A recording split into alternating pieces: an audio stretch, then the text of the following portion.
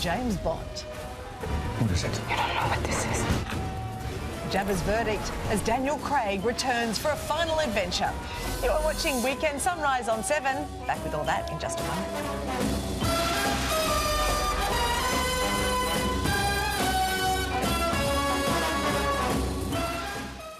Well, we're off to the movies now and on a glamorous ride through the streets of London in the 60s. In the film that's been dubbed a twister love letter to Britain's cinematic pop culture past. Yeah, Last Night in Soho is a psychological horror flick from British filmmaker Edgar Wright, and it explores the struggle between our past and the future.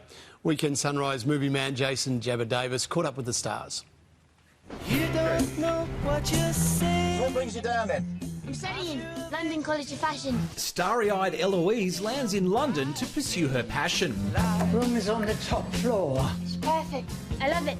When she is flung back in time to the swinging 60s. If I could live any place and any time, I'd live here in London. Jojo Rabbit's Thomasin Mackenzie stars as Eloise Turner, an aspiring fashion designer who discovers a link to the past through her dreams. I can see people, places, things others can't. This is the closest most people ever get to their dreams. The gift allows her to be transported into a psychedelic world where she meets Sandy, played by Anya-Taylor Joy from The Queen's Gambit, a vivacious club singer who's eager to move up in the world. Sandy soon falls for Jack, the club owner, played by The Crown's Matt Smith. But the glamour is not all it appears to be, and the dreams of the past start to crack and splinter into something far more sinister. Congratulations on a sensational performance in Last Night in Soho. Thank you, I really appreciate it. There's some amazing technical wizardry in the film. It's a real joy to watch. What was the most difficult sequence to film? Because there is a lot going on. Difficult's not the right word because it was incredibly enjoyable, so it was more of a challenge. Action. Director and co-writer Edgar Wright is known for inserting a melodic flow throughout his stories. Whether it be the jukebox combat scene in Shaun of the Dead, or the choreographed car chases featured in Baby Driver.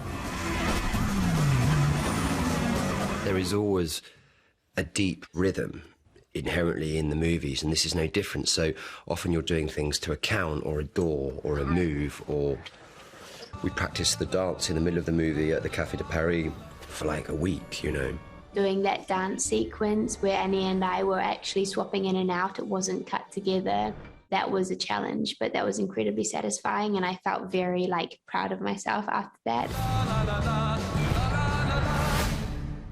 One of the things that made us all so excited about the film from the beginning is how much of it Edgar wanted to be practical.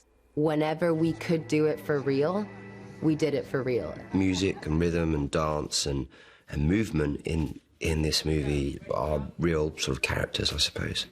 The music really anchors you into the time and place. It helps you understand Eloise's obsession with the 60s. We have to keep up the momentum because the film is so much about rhythm and beat and timing.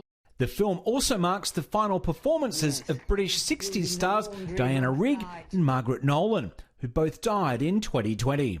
The Café de Paris, which they built to scale, Diana Rigg said that, yeah, this is how it actually looked, because she lived it, baby. Last Night in Soho is in cinemas this Thursday. And Jabba joins us now for his reviews, and Daniel Craig, Jabba, has made his final appearance as James Bond in No Time to Die. Will this leave fans, do you think, fans of the franchise satisfied? Gee, I would hope so. As the great song goes, you don't know what you got till it's gone. Pave paradise and put up a parking lot. The parking lot's got nothing to do with it. But Daniel Craig, wow, you know, when you think about his arrival on the scene and he got poo-pooed so badly, for me, he's now, having grown up with Sean and Roger Moore, he's the definitive Bond, and I'm missing him. So bye-bye Bond. Despite $150 million to direct to star in 2 more films, he's called it quits. The film is sensational. It follows on immediately from 2015 Spectre, so it's definitely worth rewatching that. He's swanning around with Madeline Swan, having a gay old time in southern Italy when some stunts interrupt the romance. Ben Wishaw's in great form. We haven't even gotten onto the baddies. There's 2 brand new agents. This film has everything. Let's take a look at No Time to Die. OK. Ah, there you go. Sir, they're in. Yes, we have it. You should be able to see the chemical plant architecture. Which one's Bond? He's the Psy. He's the trident thingy. Give us a layout. Right.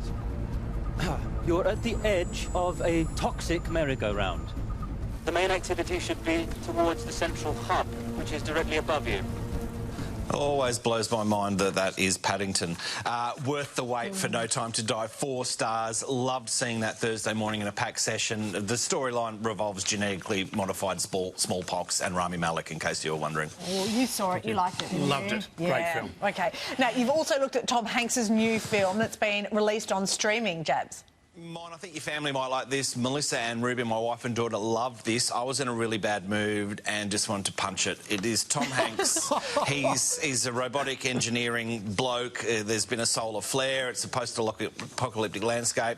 He's got a dog. The dog's probably my favourite part of the movie. He builds a robot to take care of the dog when he dies because he's got a terminal illness, which we're not sure what it is. He decides to go on a road trip to avoid some inclement weather that's inbound. So we basically get a road trip with Tom Hanks, a dog and a robot played by Caleb Landry Jones. It's just a hodgepodge of post-apocalyptic things that we've seen previously, and it's the second Tom Hanks movie to go to Apple TV+. The previous one was Greyhound, where he was a destroyer captain in World War II. Melissa and Ruby love this.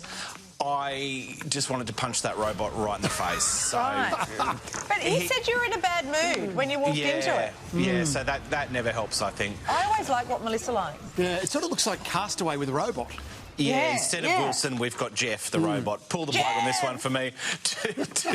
Jeff, 2.5 stars. But definitely worth making your own opinion on that one on Apple TV+ now. That's streaming. OK. All right, Jabs. Good night, Jabs. Great to talk to you. Thank you. Thanks, guys. Cheers. OK. Looks like he's in a better mood today. That's good. Thank goodness.